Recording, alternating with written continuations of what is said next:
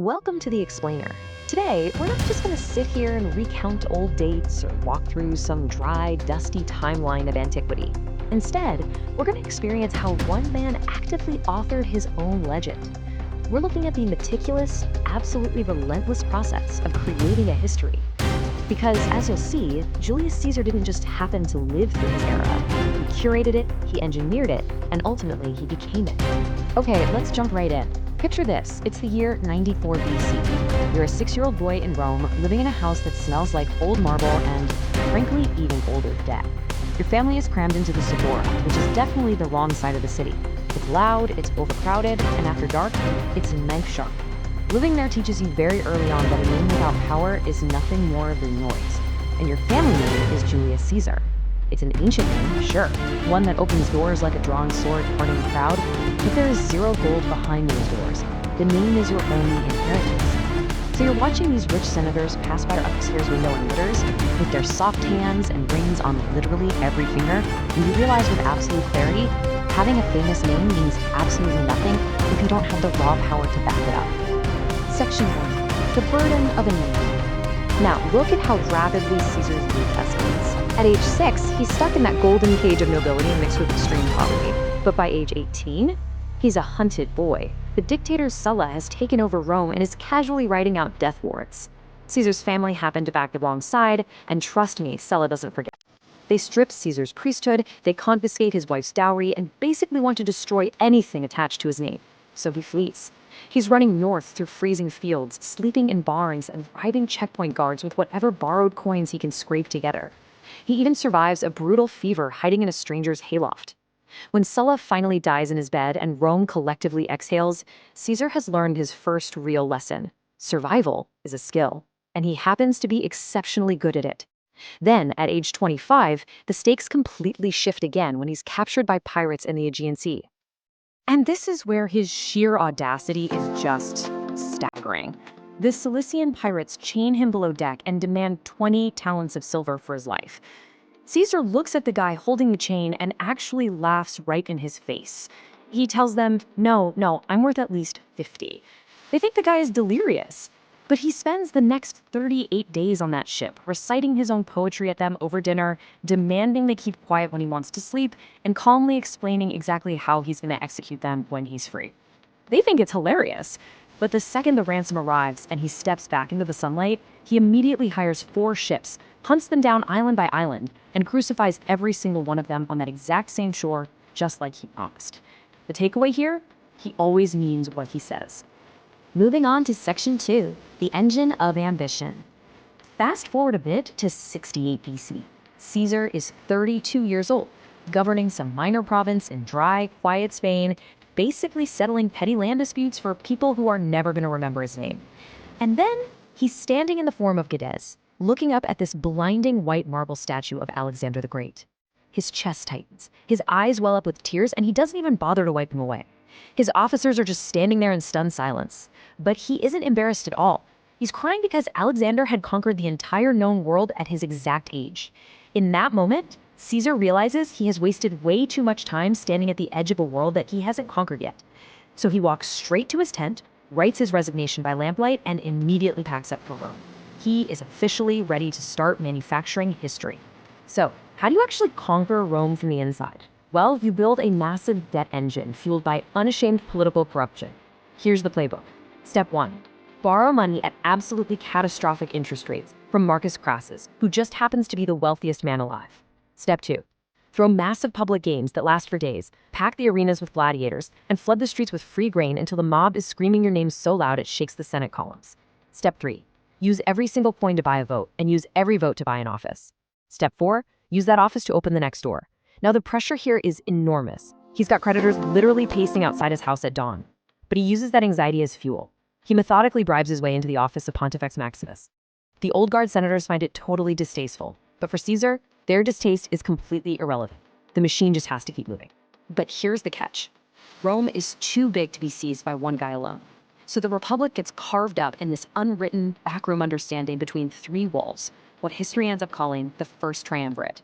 You've got Pompey the Great, bringing decades of military glory and absolute army loyalty. You've got Marcus Crassus, who can literally finance entire wars out of his own pocket. And then you have Julius Caesar, who brings the rabid support of the crowd and a long-term strategic clarity that the other two completely lack. There is no written contract here. No wax seals, no witnesses. It's just this cold, calculated realization that the Republic is big enough to share and way too valuable to leak to the Senate. And what does Caesar get out of this deal? He walks out with a military command and 4 legions stationed just beyond the Alps. Which brings us to section 3, rewriting the Roman world. For the next 8 years, Caesar basically becomes a human hammer. He doesn't go home. His speed is absolutely relentless. We're talking about force marching his men 20 miles a day through thick forests and swamps that aren't even on Roman maps. He pulls off impossible engineering feats, like building a massive wooden bridge across the Rhine River in 10 days flat. He crosses the English Channel into Britannia twice, essentially just to plant the Roman eagle and prove that he could. Tribe after tribe, winter after brutal winter, he eats the exact same basic rations as the guys marching behind him.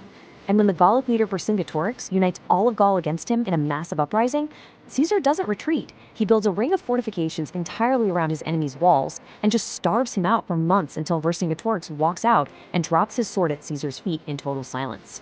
Now this right here is where Caesar truly masters the art of creating a history.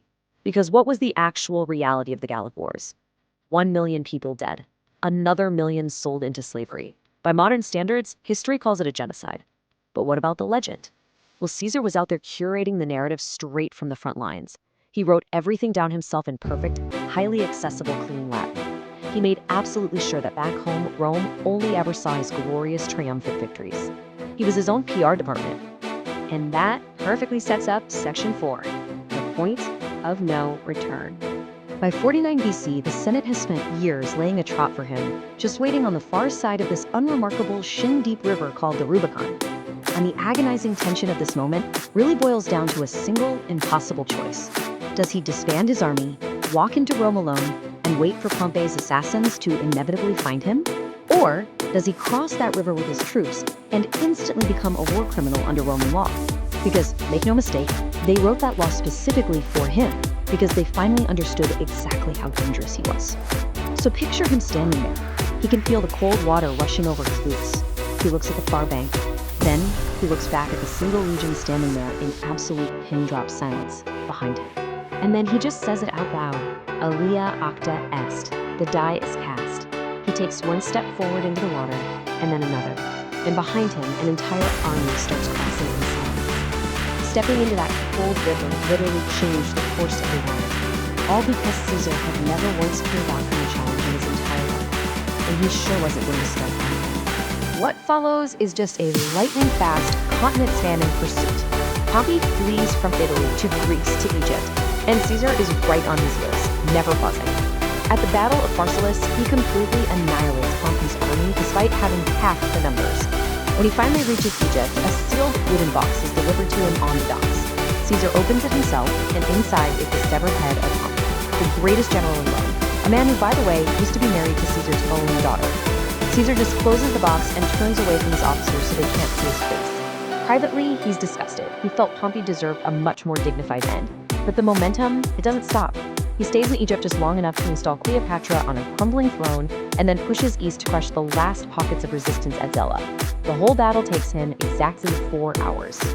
And honestly, how brilliantly does this show off his absolute mastery of public relations?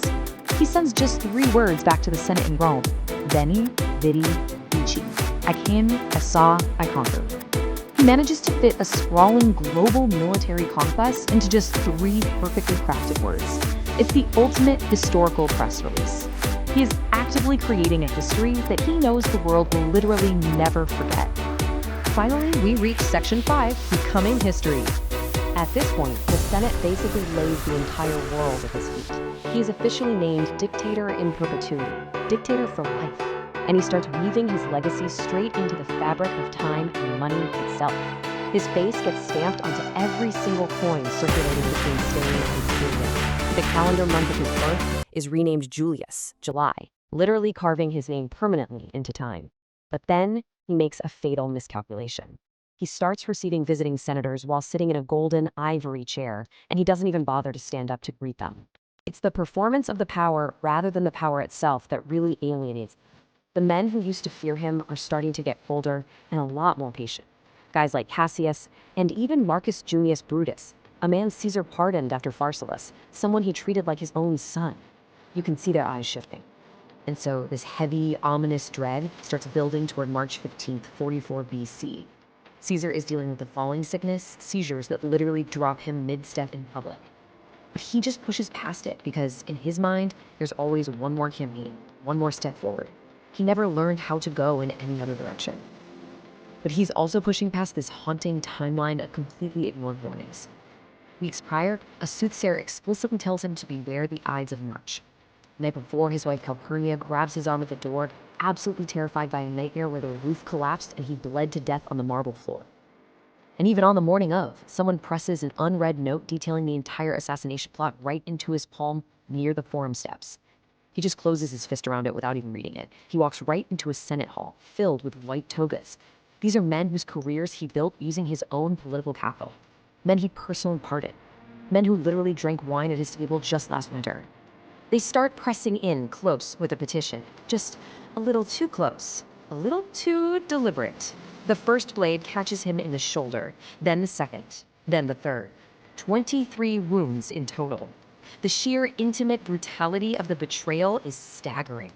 And as the marble gets cold against his cheek, through all the blood and screaming and his vision narrowing to dark, he turns his head and finds Brutus standing right over him, the bloody blade still in his hand. He just looks at Brutus for a long moment. Then Caesar deliberately pulls his toga up over his face so that none of them get to watch him die with anything less than perfect dignity. It all started with a poor kid watching senators from a crumbling window in the Suburra, and it ends right here on the cold marble with the men he loved most holding the knives. Which really brings us to this incredibly provocative realization: you built the worlds that killed you, and now you are history.